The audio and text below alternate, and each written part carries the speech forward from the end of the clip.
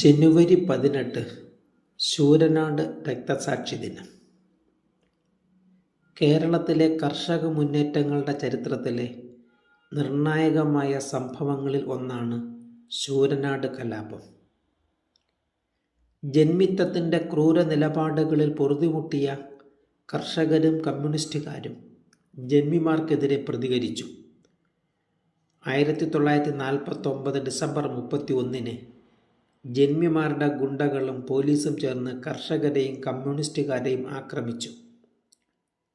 പ്രത്യാക്രമണത്തിൽ 4 പോലീസുകാരുടെ ജീവൻ നഷ്ടപ്പെട്ടു. തുടർന്ന് സർക്കാർ ശൂരനാട് പ്രദേശത്ത് ഭീകരമായ അടിച്ചമർത്തൽ അഴിച്ചുവിട്ടു. തണ്ടാശ്ശേരി രാഘവൻ, ആർ ശങ്കരനാരായണൻ തമ്പി, തോപ്പിൽ ഭാസി തുടങ്ങി 24 പേരെ പ്രതികളാക്കി പോലീസ് കേസെടുത്തു. പലരും ഒളിവിൽ പോയി.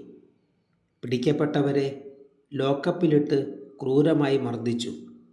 കൊടിയ പീഡനത്തെ തുടർന്ന് തണ്ടാശ്ശേരി രാഘവൻ ജനുവരി 18 പോലീസ് ക്യാമ്പിൽ രക്തസാക്ഷിയായി. ഈ ദിനം ശൂരനാട് രക്തസാക്ഷി ദിനമായി ആചരിക്കുന്നു. തോപ്പിൽ ഭാസി അടക്കം പലരും ഒളിവിൽ പോയി. ഒളിവിലായിരുന്ന സമയത്താണ് തോപ്പിൽ ഭാസി നിങ്ങളെന്നെ കമ്മ്യൂണിസ്റ്റാക്കി എന്ന നാടകം എഴുതുന്നത്. സോമൻ എന്ന അപരനാമത്തിലാണ് നാടകം എഴുതിയത്. അക്കാലത്തെ അനുഭവങ്ങളാണ് തോപ്പിൽ ഭാസി തൻ്റെ ഒളിവിലെ ഓർമ്മകൾ എന്ന ആത്മകഥയിൽ പ്രതിപാദിക്കുന്നത്.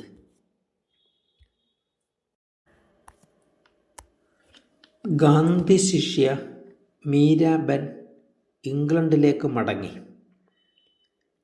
മഹാത്മാഗാന്ധിയെക്കുറിച്ച് ഫ്രഞ്ച് നോവലിസ്റ്റ് റൊമെയ്ൻ റോളണ്ട് എഴുതിയ ജീവചരിത്രം വായിച്ച് ഗാന്ധിജിയിൽ ആകൃഷ്ടയായി ഇന്ത്യയിലെത്തി ഗാന്ധിജിയുടെ ശിഷ്യയും സന്തത സഹചാരിയുമായി മാറിയ ബ്രിട്ടീഷ് വനിതയാണ് മീരാബെൻ. 33 വയസ്സായിരുന്ന അവർ 1925 നവംബറിൽ സേവാഗ്രാം ആശ്രമത്തിലെത്തി ഗാന്ധി ശിഷ്യയായി ഗാന്ധിജിയോടൊപ്പം ഇന്ത്യയിലെമ്പാടും സഞ്ചരിക്കുകയും സ്വാതന്ത്ര്യസമരത്തിൽ പങ്കെടുക്കുകയും ജയിൽവാസം അനുഷ്ഠിക്കുകയും ചെയ്തു. യഥാർത്ഥ പേര് മാഡലൈൻ സ്ലൈഡ് എന്നായിരുന്നു. കൃഷ്ണഭക്തയായ മീരാഭായിയെ അനുസ്മരിപ്പിച്ചുകൊണ്ട് ഗാന്ധിജി നൽകിയ പേരാണ് മീരാബെൻ. ഗാന്ധി വധത്തിനു ശേഷവും ഉത്തരാഖണ്ഡ് പ്രദേശങ്ങളിൽ പരിസ്ഥിതി പ്രവർത്തനങ്ങളുമായും മറ്റും ബന്ധപ്പെട്ടുകൊണ്ട് ഇന്ത്യയിൽ കഴിഞ്ഞു. 1958 ഇന്ത്യ പത്മവിഭൂഷൺ നൽകി ആദരിച്ചു. 1959 ജനുവരി 18 അവർ ഇംഗ്ലണ്ടിലേക്ക് മടങ്ങി. 1852 ജൂലൈ 20 വിയന്നയിൽ വെച്ച് അന്തരിക്കുകയും ചെയ്തു.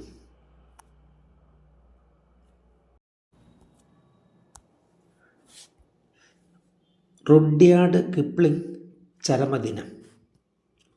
ഇന്ത്യയിൽ ജനിച്ചു വളർന്ന ലോകപ്രശസ്ത ബ്രിട്ടീഷ് എഴുത്തുകാരനാണ് റുഡ്യാർഡ് കിപ്ലിംഗ്.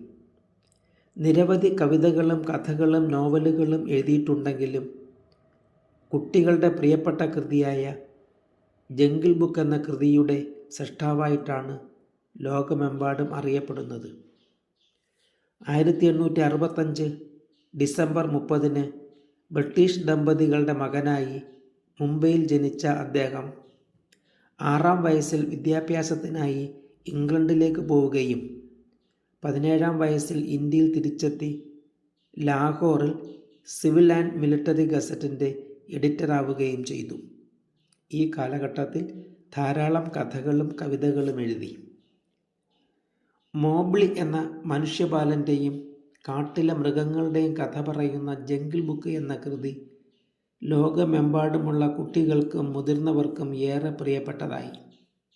ഇതുകൂടാതെ ഇഫ് എന്ന കവിതയും Plain Tales from the Hills എന്ന ചെറുകഥാ സമാഹാരവും ഏറെ ശ്രദ്ധേയമായി.